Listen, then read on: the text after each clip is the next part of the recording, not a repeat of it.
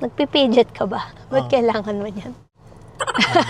Meron pala ako natanggap na regalo galing sa pasahero ko.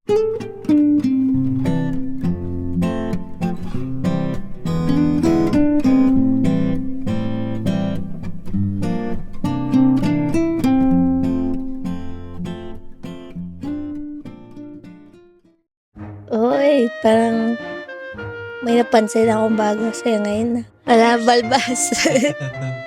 Wala, shaven off na. Back to 15 years old, guys. Hello guys! So ngayon magde-date kami. Ay, magte-date. First date, kinda nervous. Wow! And ngayon, meron kaming itinerary. Ang plano namin ngayon is pupunta kami ng Premium Outlet Mall. Tapos, after nun, Lucky Supermarket. Kasi gusto namin magluto ng street foods. Tapos, yung movie marathon namin mamaya. Gusto ko kasi panoorin yung Something Letters to Isabel ata. Gusto ko panoorin Avatar. The Founder. Something ata. Kasi, gusto ko parang gusto ko yung mga history. Ganyan.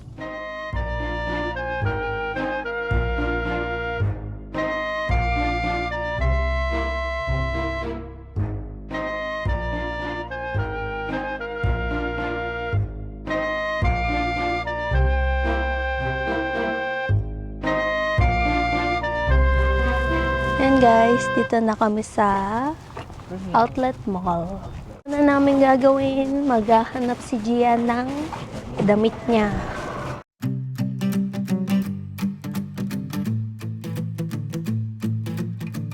T-shirt ba yung Adam ko? Buy one get one free. Napag-shopping na po siya. Bente.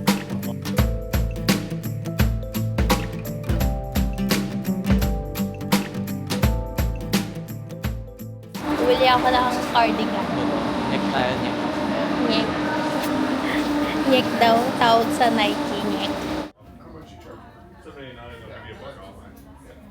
So dati, nagko-collect ako ng madaming ganito.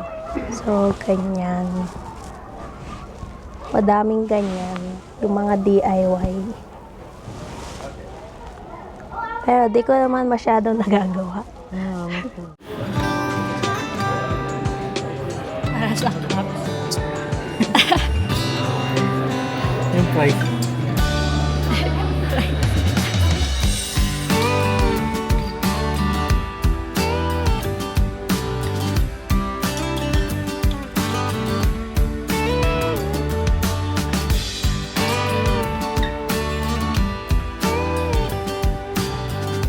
Ngayon papunta na kami sa Lucky Supermarket.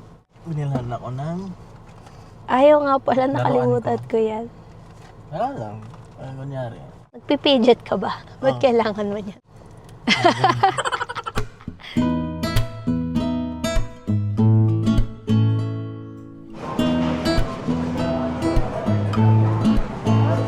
Order ka pa ba doon? Sa...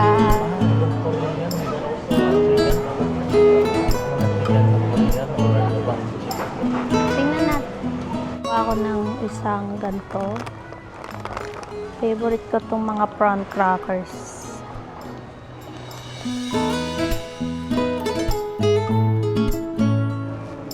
Ay no, spicy. Spicy. Ito yung mga hugot nila dito na i-sticker nila. Alam mo ba ang salitang pagmamahal? Hindi ko yan pinag-aralan, pero sa'yo ko yan natutunan. Yan pala eh. Ay no, daming flavor. Tara mag-try tayo. Merong blue lemon, blueberry flavored ale.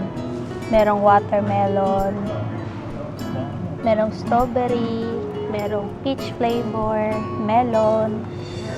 Ito nasa taas, merong vanilla flavor, americano. Wow! Anong bet mo dyan? Amerikano.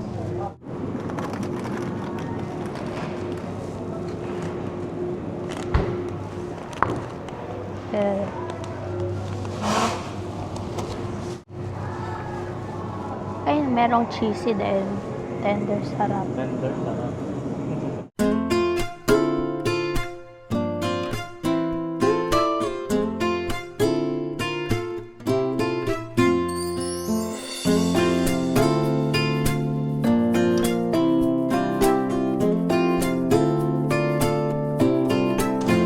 na pala yung fishball na kailangan namin. Ayan. Blue lemon. Ito.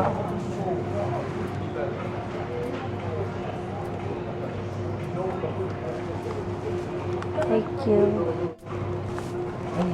Sarap. Palit ang isip po. Ano yun?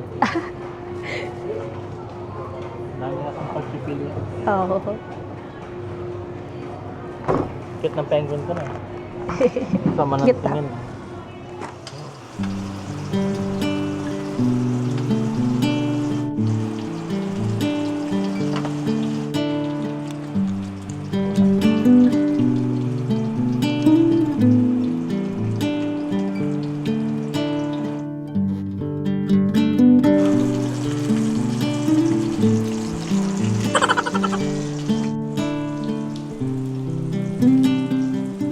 Gagawin na namin yung liquid drinks. Liquid drinks.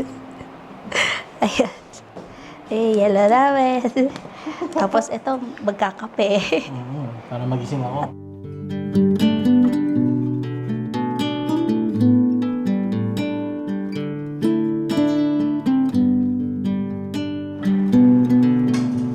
Oh, babaw. Wow. Blue na blue. Parang coke lang. Oh, Coke. Mas madami natin. Mas madaming yellow ata yung sa'yo. Ha? Alright, taste test. Pait ba to? Hindi natin alam. Hindi mo sure. Para mapait ka, Amerikano yun eh. Cheers. Sarap. Try mo yung akin. Sarap din yung akin. Ang asim. Kaya Amerikano niya, tatry niya yung akin. Oh. Yan ang finished product. O, diba? Nakaluto din tayo ng street food. Tapos yan yung drinks natin. Anong ulam po Ang natin? ulam natin ngayon guys ay hotdog, Hotdog. kikiam at saka fishball Mhm. with the manong sauce. Yeah. Then bumili kami ngayon ng mura lang na chicken Mhm. and mura na dim sum. Wow, sarap. Tinatawag na maisho. May show? Maisho. May show, tawag mo na. Meron ka ng laruan sa work.